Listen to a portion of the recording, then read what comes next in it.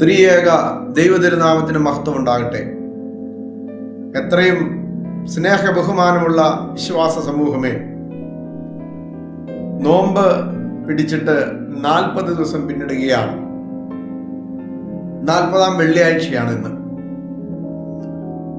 40 ദിവസം നോമ്പ് നോറ്റ കർത്താവ് നോമ്പിൽ വിമുക്തനായപ്പോൾ വിശക്കുകയാണ്.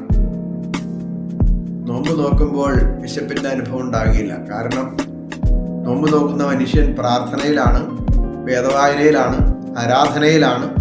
ഈ സമയത്തൊന്നും വിശപ്പിനെ കുറിച്ചുള്ള ചിന്തയുണ്ടാകില്ല.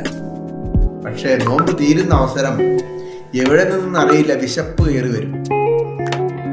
ഈ സമയത്ത് പ്രലോഭകൻ കടന്നു വരുന്നത്. പ്രലോഭം വന്നിട്ട് പറയുകയാണ്, നിനക്ക് വിശക്കണ്ടല്ലേ, ഈ കല്ലിനോട് അപ്പമാകുവാൻ കൽപ്പിക്കുക, കല്ലുകളെ പോലും അപ്പമാക്കുവാൻ നിനക്ക് കഴിയും എന്ന് പറഞ്ഞുകൊണ്ട് അവനെ പുകഴ്ത്തുകയാണ്. പറഞ്ഞു, മനുഷ്യൻ അപ്പം കൊണ്ട് മാത്രമല്ല ജീവിക്കുന്നത്, ഈ അപ്പത്തിന്റെ വിശപ്പല്ല, ദൈവത്തിന്റെ വചനം കൊണ്ടും. അപ്പത്തിന്റെ വിശപ്പല്ല, വെള്ളത്തിന്റെ ദാഹമല്ല, ദൈവവചനത്തിന്റെ വിശപ്പാണ് വേണ്ടതെന്ന് പറയുക. പ്രിയമുള്ളവരെ, നമുക്ക് വേണ്ട വിശപ്പ് ദൈവവചനത്തിൻ്റെതാണ്. പത്രോസ്ലീഹ പറയുന്നുണ്ട്, ഇപ്പോൾ ജനിച്ച ശിശുക്കളെ പോലെ ദൈവവചനം എന്ന പാല്, മായമില്ലാത്ത പാല് കുടിക്കുവാൻ വാഞ്ചിപ്പീൻ. അതാണ് യഥാർത്ഥ വിശപ്പ്. ആ വിശപ്പ് നമുക്കുണ്ടാകണം. നോമ്പിലൂടെ നാം അത് നേടിയെടുക്കണം. ദൈവവചനമാകുന്ന വിശപ്പ്. ഇതാണ് കർത്താവ് പഠിപ്പിക്കുന്നത്. രണ്ടാമത്, പ്രലോഭകൻ കർത്താവിനെ വിളിച്ചുകൊണ്ടുപോയി ദേവാലയത്തിന്റെ അഗ്രത്തിൽ നിർത്തിയിട്ട്, നീ ചാടിക്കോ, ദൈവദൂതന്മാർ നിന്നെ താങ്ങിക്കൊള്ളും.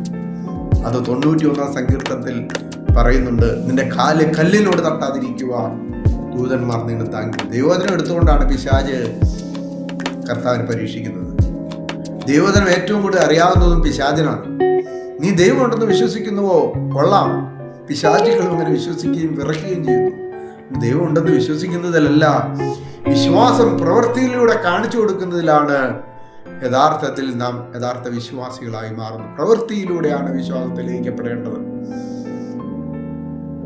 അവിടെയും പരാജയപ്പെടുന്ന പിശാചിനെയാണ് നാം കാണുന്നത്.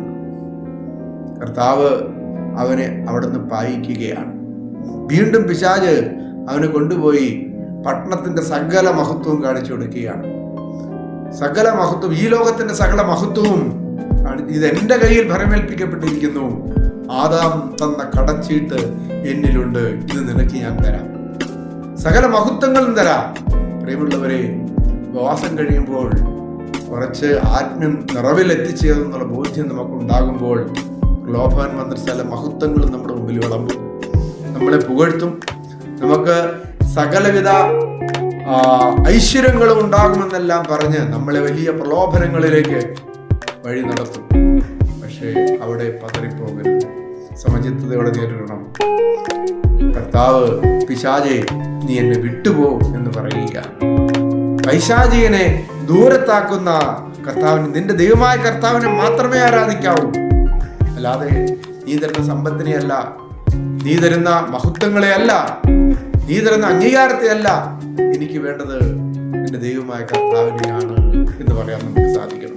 ഈ ലോകത്തിന്റെ സകല മഹത്വങ്ങളെക്കാൾ വലിയവനാണ് മഹത്വപൂർണനായ ദൈവം എന്ന് തിരിച്ചറിയാൻ നമുക്ക് സാധിക്കണം.